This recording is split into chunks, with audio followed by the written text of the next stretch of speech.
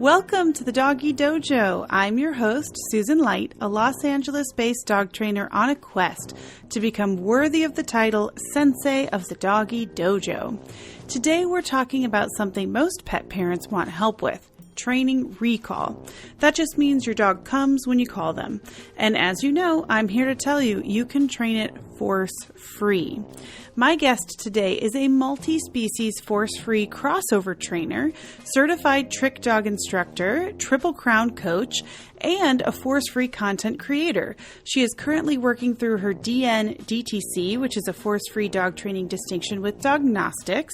She is also a full-time reptile breeder and stays busy looking after her many personal pets on her and her husband's farm in Northern Ontario, Canada. After discovering trick titles, she quickly worked her way up to Grand Champion with both of her dogs.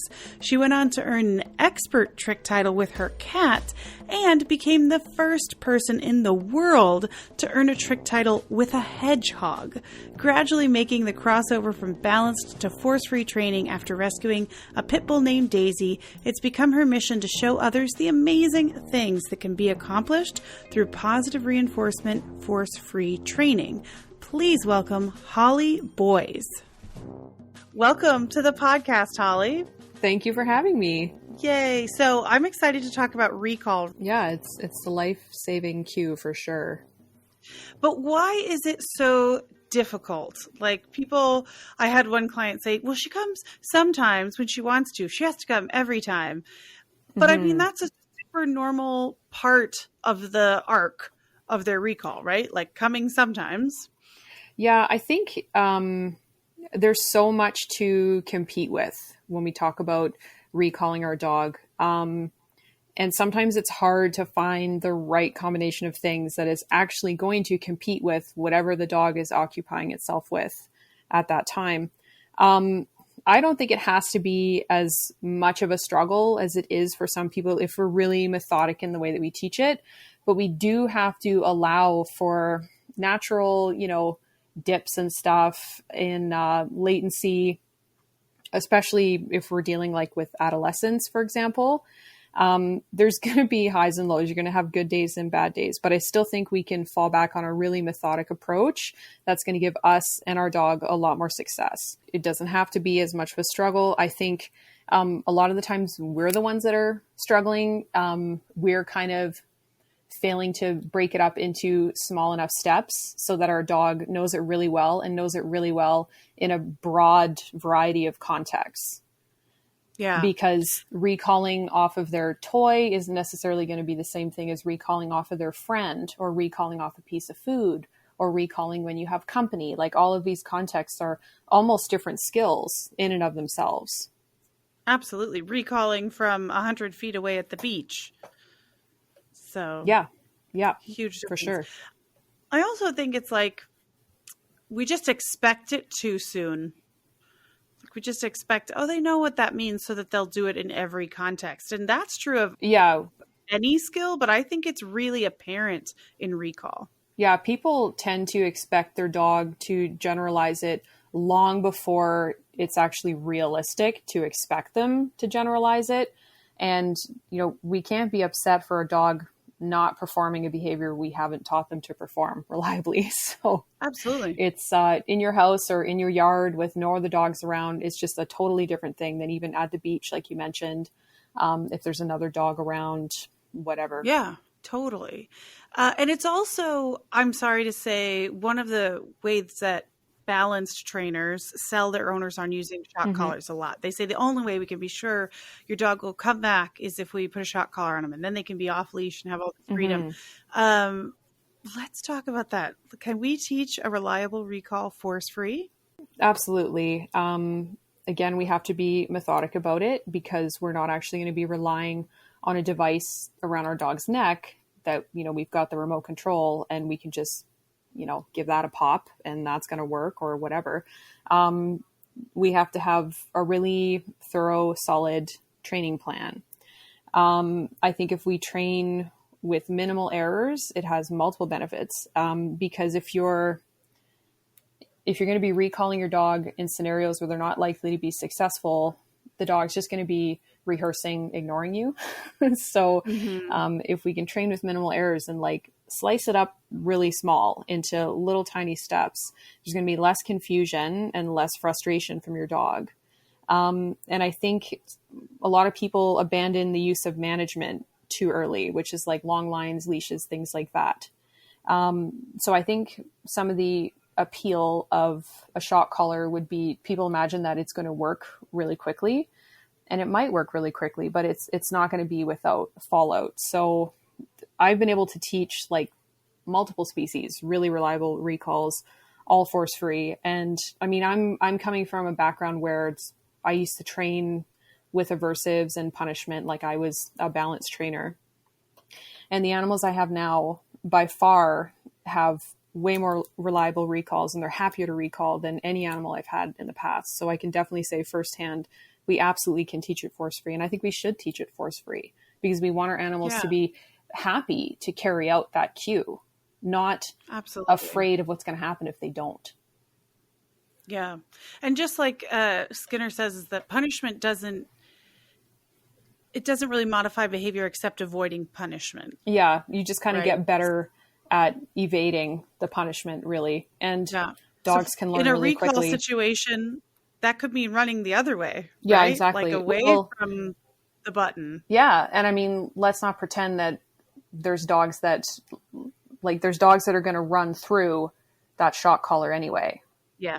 Like there is no recall that is going to be 100% reliable 100% of the time. Sorry to say, like they're not robots. In 100% of the situations. Absolutely. Exactly. So, I mean, we can train for the best. We can try and train for perfection, but I mean, there's no such thing as a perfect dog. There's no such thing as a perfect handler. And there's so many different scenarios. So I really don't feel you're any safer with an e-collar. I see the appeal, the way that it's being sold. But a lot of the fallout is kind of being left out of those conversations. You're just kind of being told, do this because you want to save your dog's life. You want to make sure your dog doesn't run into traffic. But again, I mean, dogs blast through boundary collars all the time. Dogs blast through e-collars all the time. So I would rather have my animals come back to me to earn something they like rather than be afraid to not listen to me. And I think of it as more like you're kind of making yourself a magnet for your animals. You're drawing them to you. And that's something that, like, if it were me personally, I know I would react a lot better if it was something I wanted to go to rather than being afraid to select the wrong answer, afraid to do the wrong thing. I want to be motivated to do the right thing. Yeah, absolutely. So could you briefly, because I know, we could talk about all the ins and outs and every step, but just a brief overview of what that methodical teaching recall looks like. Like, do you start, for instance, I start with touch and I then use touch as my recall cue. Some people start with like the whiplash head turn. There's lots of different ways to go about it, but what's your methodical method that you like to go through the steps of? I like to teach what I call a 2-part recall. And so the first part of that is going to be capturing the animal's attention. And then the second part is the actual recall where they're going to start moving towards you. And so I just begin by pairing their name with food. So it's going to be like Ripley, treat, Ripley, treat, Ripley, treat, Ripley, treat, until you start to see that when you say the name, you've got that attention happening, and you're going to start in really close proximity. Once you see that their name is like eliciting that response where they're like, oh, they're expecting that treat, you can start adding a little bit of distance. But you're still going to be like working in a calm and quiet area, like a room in your home to do this. When you see that is really reliable, as soon as you say the name, they're going to turn their head around and orient towards you. You can start saying the name with a little bit of distance between you and the dog. And then what that does, you're going to say, you're 10 feet across the room, you're going to say Ripley. She's going to turn her head. She's going to start moving towards you anyway, because she knows that she's about to get a treat because you've continually paired her name with the treat. So at that point, that's when I add my cue. That's when I start to say Ripley and then come. And so when they're already on their way, when right? they're already on their way. So you're it's almost like you're classically conditioning that part of the cue, because you're just going to be saying it as they're already doing it. So, and I find the benefits of doing it this way. From there, of course, you would thoroughly proof to a variety of different contexts and environments once you've got that solid response. But what I tell people when we're going through this is like, I want you to be 10 for 10 before you move on to harder criteria. Yeah. So until you see that like 10 out of 10 times you've got Ripley come from 10 feet away in your house, then increase the distance. Because a lot of times we get excited when we see like, oh, she's coming right to me from 10 feet away and we want to jump to 20 feet right away. But that's when we can start seeing those little, failures popping up here and there where they're blowing the recall because they weren't quite ready for that next step. So it really is in the early stages. It's about a lot of easy repetitions. Yeah, absolutely. And then of course the benefit for me of having this 2-part recall is, in the real world, once your dog is trained, once they have a reliable recall, it helps me to assess whether or not I even want to use my recall in a certain scenario. Because if I say Ripley and I'm not able to get her to look at me, I'm not going to attempt my recall. And that, of course, is one of our kind of golden rules of recall, is that you're not going to ask for it unless you're pretty sure that you're going to get it. Yep. So having it split up into 2 parts like that will show you whether or not it helps like like how likely is she to come back to me if I can't even get her to look at me right now. And then if I can't get her to look at me, if she's on like a really good smell or something, I can move a little bit closer and try again without repeating my actual recall cue. So I might repeat her name, but not without changing something, not without decreasing the distance between her and I. And then maybe at that point she'll look at me and then I can go ahead with my recall. So that's just a brief overview of how I like to do it. Reinforcement history matters more than anything else when it comes to recall, in my opinion, because it doesn't matter what you have in the moment that you're recalling, because your dog might not even know what you're offering them. The only way they're going to know is if you have the rich history of that. And that's what's going to draw them to you. And always with a 1-to-1 reinforcement ratio, like every single recall gets a reward every time for the life of your dog. So I want to point out that you're talking about this methodical proofing it in all these situations. So I'll bring up the 3 Ds for everybody. Distance, duration, distraction. So distance seems to make a lot of sense to people with recall. So sometimes it's hard to know how far the dog is, but that's where a long line that you know the length of can help. Yeah. You can know, about how far they are away based on that long line. Or if you're out in the yard and you can measure it off. iPhones have a Measure It app now. I don't know how accurate it is, but I use it all the time to guesstimate. Wow. How far something is, how many years. Because I'm a terrible estimator. I can't do that. I don't know if that's 40 feet or 50 feet or 70 feet. I don't know, who the heck knows? So, I mean, again, I'm not checking it to know if it's accurate, but it gives me something to go off of. But I also if I know they're dragging a 30-foot long line, and I can gauge it by that. That's true. That's a good idea. Distance makes a lot of sense to people. Does duration affect recall in your experience? Would it be duration of how long they've had to get distracted? Would it be duration of how long they've gotten to play? Or is it not really involved in recall? So how are we going to proof for duration with our recall? Is that one of the Ds we should approach? I think it is, for how long your dog's going to stay with you after you recall them. Beautiful. That is how I would approach duration with recall. And I build duration in my recall just by rapid fire reinforcing.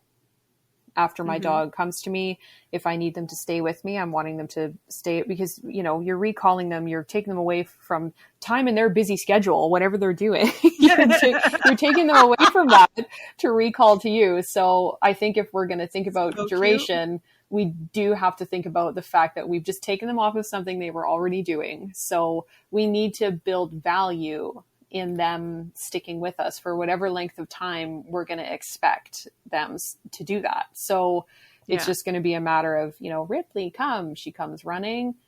You're feeding her treats, you're feeding her another treat, you're feeding her another treat, you're feeding her another treat, and then, okay, go, or free, whatever your release word is. So that would be where I would think about duration with my recall, would just be the time that they're hanging around you after they recall.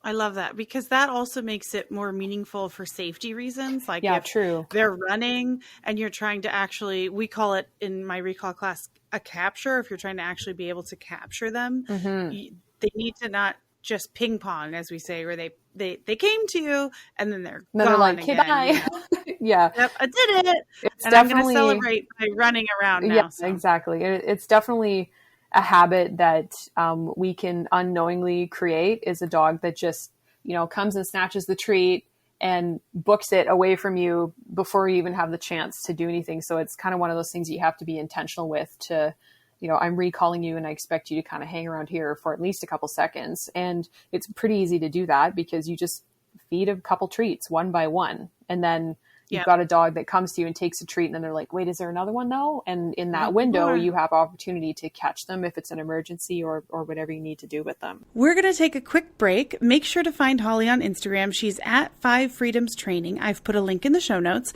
She has lots of awesome videos about dogs and cats and hedgehogs and horses and so many great force-free training tips. We'll be right back. And while we're on that topic, just briefly, I also will work in like a collar grab, which I usually try to start with like collar scritches. It's like, feeding you a treat with one hand and I'm scritching you. Yeah. I don't want you to reach down and like grab your dog's collar. Yeah, for sure. Like you would if you were panicking, when you're trying to train it. So, I just started with like, hey, sometimes when you come, I might scratch your neck and touch your collar. It's not weird. Don't try to run away, kind of thing, just to make it more normal. Again, trying to think about when you might need it in an emergency.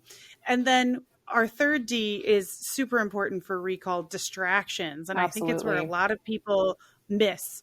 One, every dog's distraction level is different. Like today in class, there was a crow that was like hanging out.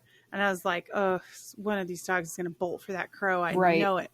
And none of them did. I was super impressed. Wow. But I was ready because I was like, you guys have to understand that like something that flees and moves quickly is not the same as something that holds still. And a smell is not the same as a dog bark. It's like these things have value to your dog and they rank them and you have no say in that. Yeah, that's true. And honestly, they don't even have a say either.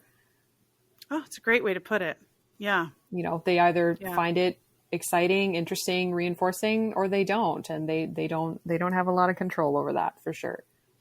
Yeah. So you've got to think about these things. And if you're in a high distraction environment, or there's one distraction, but it's super distracting. Yeah. It's squirrels and your dog loves squirrels or lizards or whatever. Don't add distance to the situation.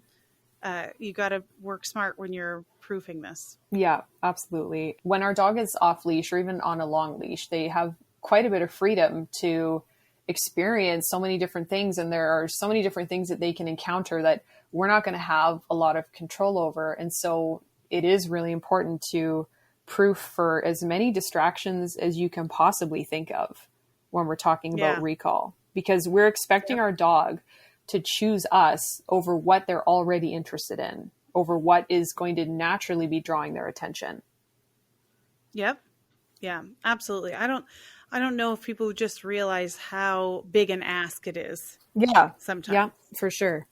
We have to work up to those big asks too. Yeah.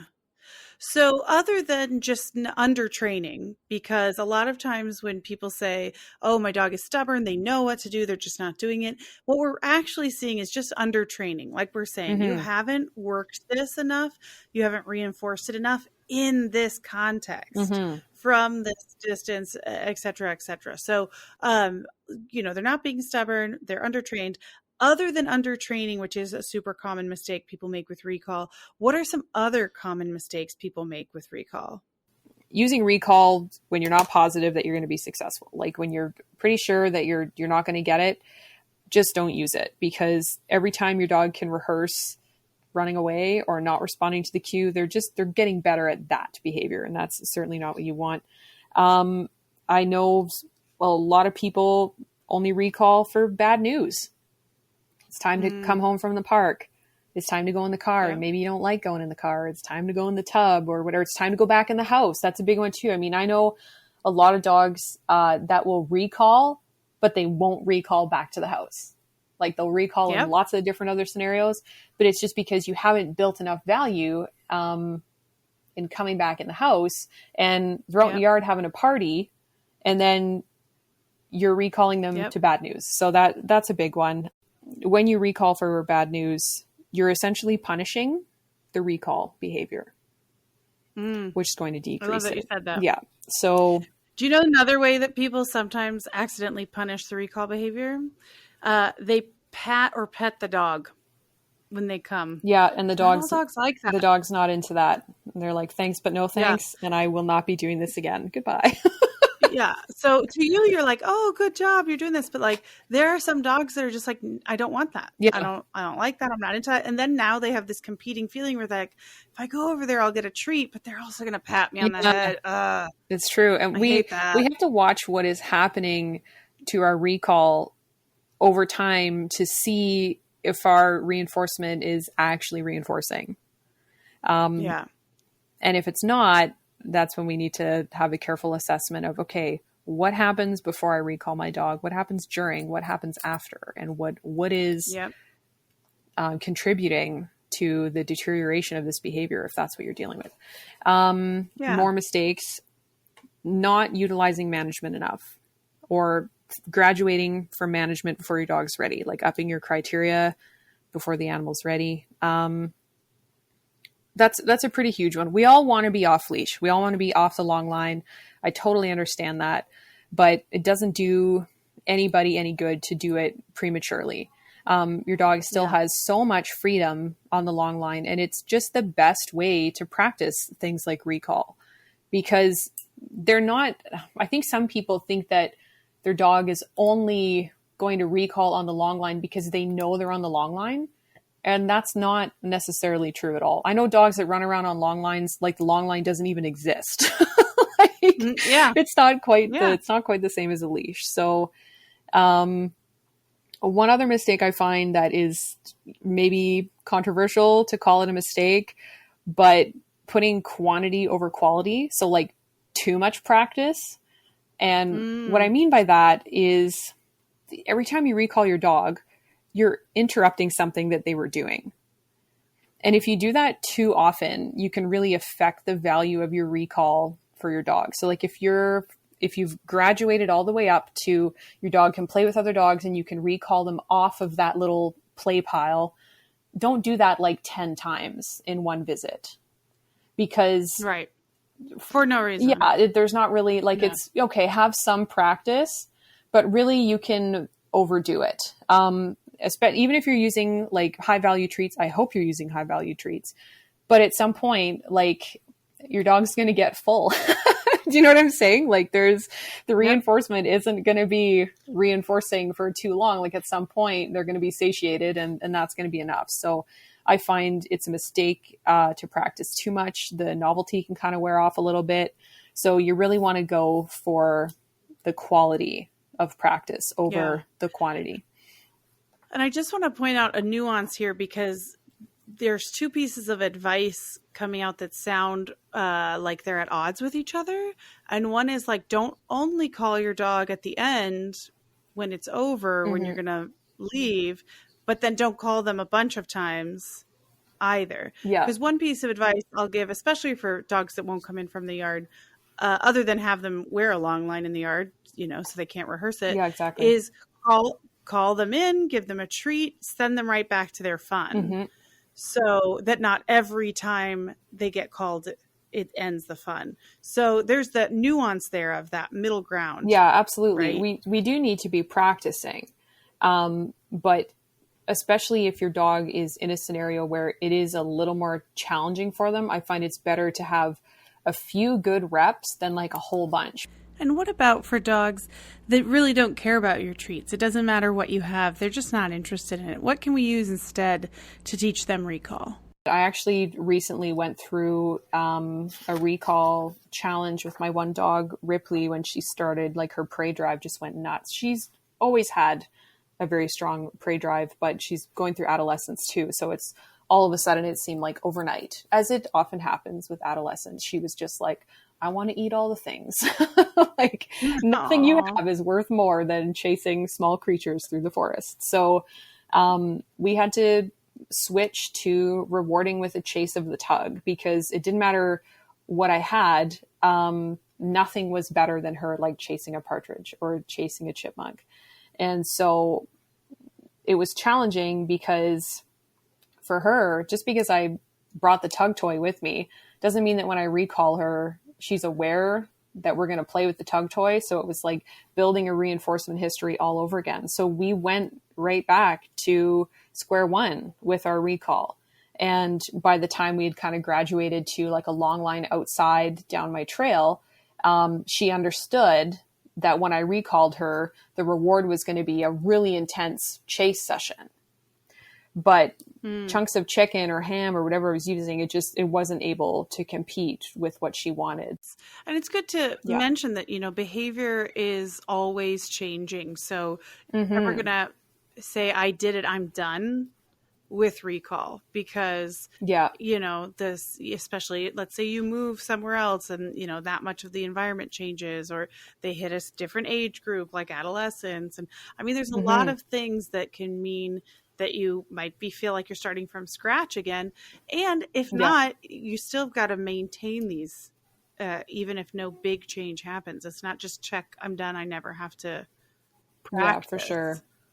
Yeah. I'm always keeping track of the latency with my dogs. And as soon as I see any latency, I tend to just snap the long line back on and go from there. And it might only be one walk that we're on the long line for me to kind of recharge it a little bit, but for me, it's maintaining it is as important as training it in the first place. What do you do if your recall fails? I have a training plan in place, and I also have something that helps me like right in that emergency situation. So if my dog is like in the middle of completely blowing their recall, I will run the opposite direction from them and put on like my party time voice.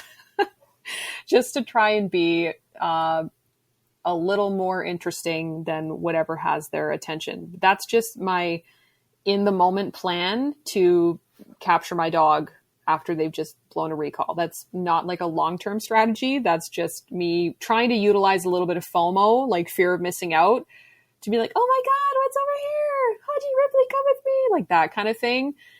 You look and sound like an idiot when you do it, but it does work. I have had it work in very pressing situations. So that's what I do in the immediate.